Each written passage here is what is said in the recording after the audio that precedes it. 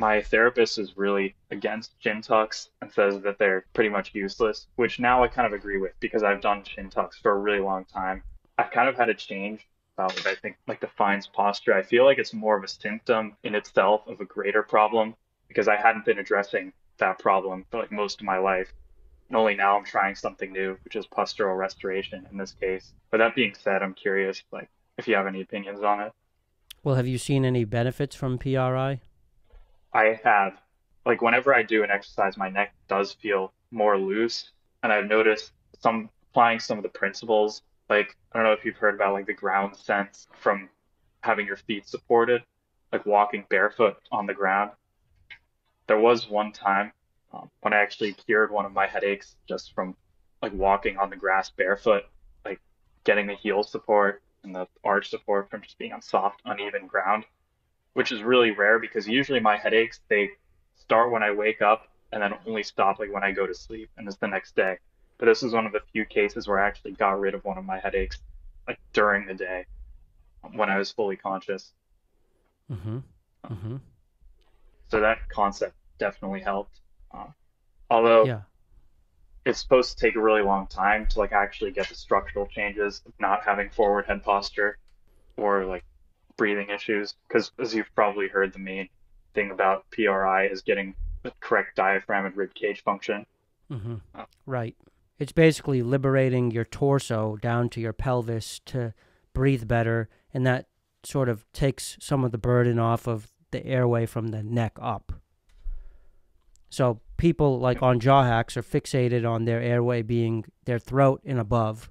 PRI is more interested in how can we affect the airway from the neck down. And so they do exercises that help loosen up your torso and give your lungs a greater ability to sort of expand and have the diaphragm have a greater range of motion and have less resistance from your guts and going down to your pelvis all the way down to your feet.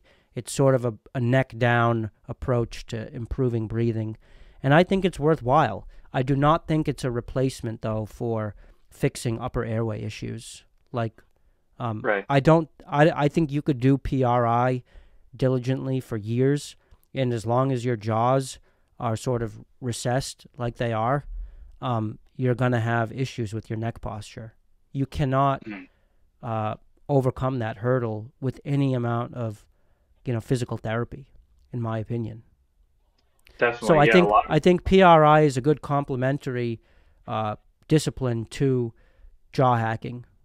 I don't think it's a yeah, replacement for jaw hacking for a lot of patients. It's worth doing, and hey, for some patients who are super fence case, maybe PRI gets them to where they want to be in terms of their breathing and in terms of their functionality. But for a lot of people, PRI is going to be just a supplement and not yeah. the main course. I definitely think it's something that should go parallel with like this kind of jaw stuff. Um, Yeah. The but problem I've with PRI is that a lot of times they're against the jaw stuff. Not always, but a mm, lot of times they're super fixated on this conservative approach and, oh, leave your jaws alone. Let's fix your airway by just doing exercises. And I think too much of that is not good either because you could drag someone through multiple years of PRI and they could be plateaued in their progress when really all that they needed was a double jaw surgery to advance their jaws and just open up their airway that way. Get yeah, I them so haven't that they heard that. could. Most PRI people are very pro like getting the skull taken care of. Like they'll say you should also take care of the rib cage. Uh, but I've heard of cases where like um, a PRI therapist will like send a patient to an airway dentist uh, or like have them get Invisalign to fix their bite because like having a ground sense, having a sense of your bite, like having a perfect bite is really good for getting rid of neck tension um, Yeah, because yeah. of the whole concept of ground sense. Um, Yeah, like the teeth are like tentacles that go out in space and tell you where your head is. yeah, just another reason not to get extracted if anyone's on For the fence sure, watching. for sure. Definitely not. Now, there's a lot of Okay. wisdom in PRI, and I think um, if I were making a dream team of people to treat someone like you or me who's got headaches and airway issues and obviously bad posture and sleep apnea and da da da da, all these symptoms that come as like a package deal with people like us who have underdeveloped jaws and a sort of a mangled body that results from that. PRI would be part of that multidisciplinary team for sure. I mean, if I had to choose a physical therapist, it would be a PRI physical therapist. But what I don't agree with is when PRI tries to replace the role of the orthodontist or the orthodontic surgeon or so on and so forth. For sure. Yeah, every discipline like has its one like thing that it worships. Like a lot of airway dentists worship the tongue tie release. A lot of like PRI people might worship the rib cage. Like, like you Correct. said, tunnel vision. Correct. The other thing that I disagree with PRI about is that I've had PRI folks come out against like the Esther Gokhale primal posture theory, and they say, well, there is no right posture, and just tell people that there's this postural ideal that they should strive towards is counterproductive and it's harmful. I don't agree with that. I think that Mm. telling people that there's no real like um, ideal posture, there's some truth to that. And I think if you have the ability to work one on one with a patient, which is very expensive to do, right? Like not everyone can afford that. Not everyone has access to a PRI doctor. So to then tell the general public there is no right posture, it's different for everyone. Where does that leave most people? That leaves most people flailing like fish out of water, wondering what the hell to do with themselves. So I have personally gotten tremendous benefit by using Esther Gokhale's book, 8 Steps to a Pain-Free Back, where she advocates this primal posture theory. Basically she just went out to all these traditional parts of the world where the rate of back injury and back pain is zero. And she says, okay, these people have no back pain, no neck pain. What are they doing? How do they hold themselves? How do they stand and sit and walk and lie and run? Okay, well, apparently they all do it the same way, and I can take photos and I can document this. And it's basically a picture book of how people in traditional cultures where there is no back pain, what their posture looks like. And then I spent, 10 years just mimicking that with great benefit. The one caveat is that Esther Gokhale totally neglects the upper airway and the shape of the skull and how it can facilitate good posture. All of the people in her book have amazing skulls, and she totally takes that for granted. Because to do Esther Gokhale's primal posture effortlessly, to really build into it and habituate it, you do need to have a healthy upper airway, good jaws. Mm. But you can still sort of build toward it without perfect jaws in the same way that you can mew without perfect jaws. You just can't do it perfectly. So Mm. I find PRI can be a little bit dogmatic in that way, where they reject other good ideas in the posture space. They think it's my posture or the highway, but then Mm. when you say, well, what is your definition of posture? They say there is no definition of posture. So it's like, Yeah. you know what I mean? If you really want the answer, you got to come pay me $1,000 a month for 2 years. Then you'll know what good posture is. Fine, but I think a lot of people can get a lot of bang for their buck spending $20 on Esther Gokhale's book and just trying to use mirror neurons to mimic some of the posture images in that book. Just my opinion. Mm. I've done a little bit of research on Esther Gokhale. I haven't read her book. Does she talk about McKenzie chin tucks So or any of that? she shows neck posture, and her vision of good neck posture is so you can't really disconnect the neck from the rest of the body. To talk about what's good neck posture, you have to also see how everything else is stacking underneath it. But if you were to just isolate the neck in Esther Gokhale's book, it's pretty straight. But if you look at the people who she's using as examples of that neck posture, they all have massive skulls. So their faces are woo. And that's what Mm. allows them to have that elongated neck posture. And so most of us can't do that, right? But that doesn't mean it's not right. But it also doesn't Yeah. mean that correct neck posture for someone like you or me who has small jaws is to try to force an elongated neck posture. We can't do that. That's not useful either. So, but it doesn't mean that objectively speaking, this is what a human body should look like. I think that is what a human body should look like. Mm. Yeah, because I've definitely like lost faith in the McKenzie chin tuck. I mean, I'm sure that a lot of Esther Gokhale's works about like sitting up straight, are really good. But in terms of the neck, I definitely feel like it's a symptom of all of these problems from the diaphragm to lack of foregrowth. Yeah. Well, you saying that you saying that you lost faith in the McKenzie chin tuck is like someone with a tiny maxilla saying they've lost faith in mewing, right? Like Yeah. your body is just not capable of doing it in a healthy, productive way, right? But a Mm. person with better jaws could do it. But that's not. But for you, McKenzie chin tucks aren't appropriate, and they aren't appropriate for me either. By the way, I can't really do Mm. them either because my jaws are back too. So, um, yeah, it's tricky with so many people being sick and having poor development. You enter into this gray area where we can't even hardly look at ideals of health, like in these traditional peoples that Esther Gokhale documented, and try to mimic that because we don't have the hardware to even begin to mimic that. Mm. So we have to kind of hold it out there like a platonic ideal, like a platonic form of what good posture is, and then try to give ourselves the foundation via jaw hacking to be able to even partially achieve that.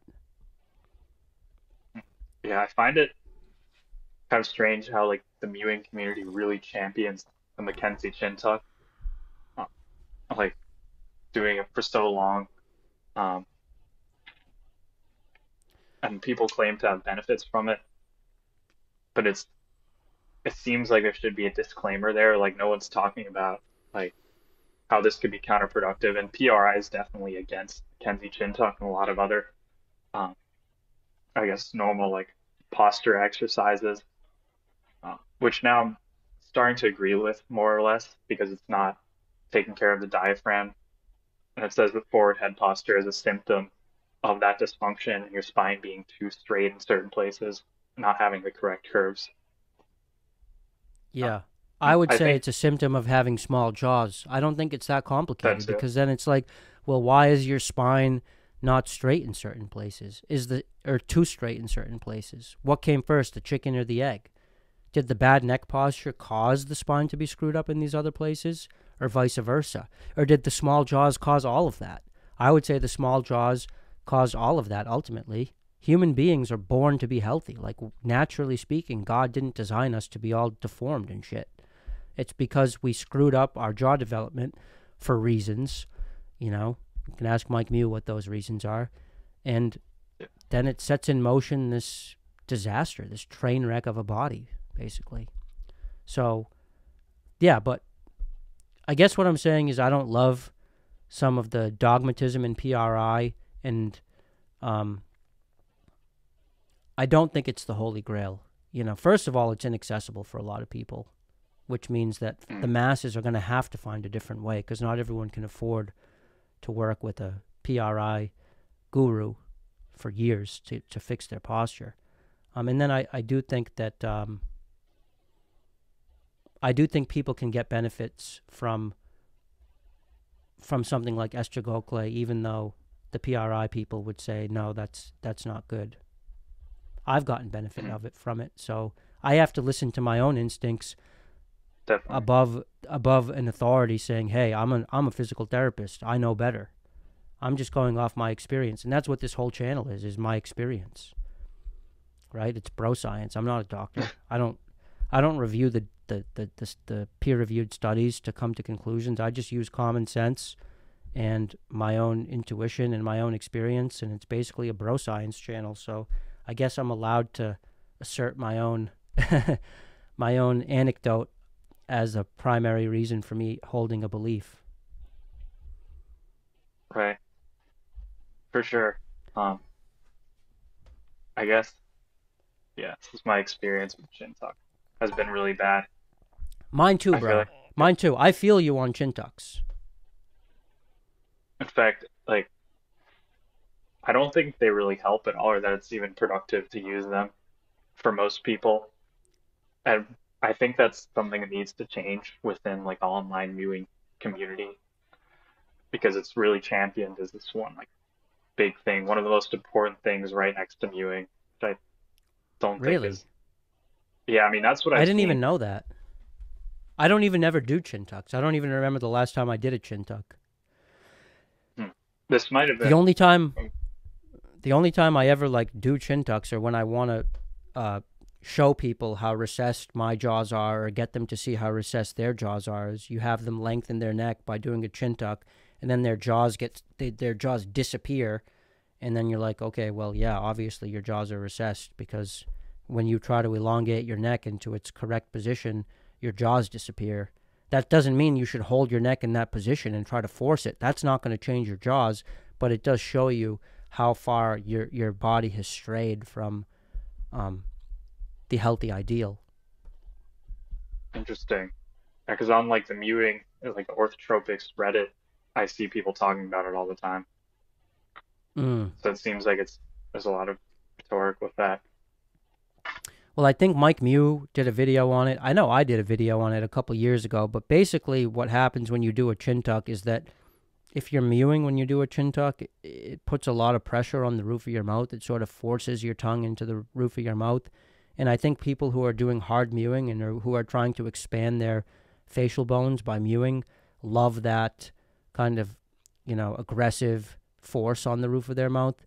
But I don't ever advocate hard mewing anyway. So for me, there would be no place for McKenzie chin tucks, even for trying to expand the jaws. Never mind trying to correct your neck posture by doing chin tucks. I'm with you on that. I think we see Yeah, eye to eye there. yeah, it's good to know.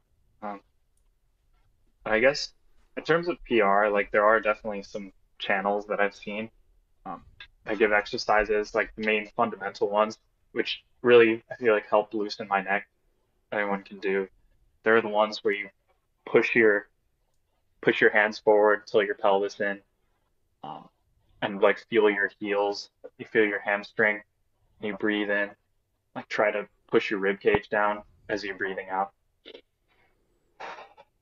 Like, you can't see my whole body there, but those kinds of exercises have helped with neck tension a lot. Like if I'm feeling like I might have a headache, um, or just Can you send me a link to one of those yeah. So videos, and then there's a I'll put it YouTube in the channel. description of this video? Neil Hallinan has a really good channel uh, for like he shows some exercises and like explains some concepts. The biggest problem with PRI that I've experienced is that it's just so complicated and you can't get like a one paragraph summary of what it is. Like I Googled it, asked my therapist, and it's hard to explain, uh, Yeah, which is and I why I think can that's a see, problem. yeah.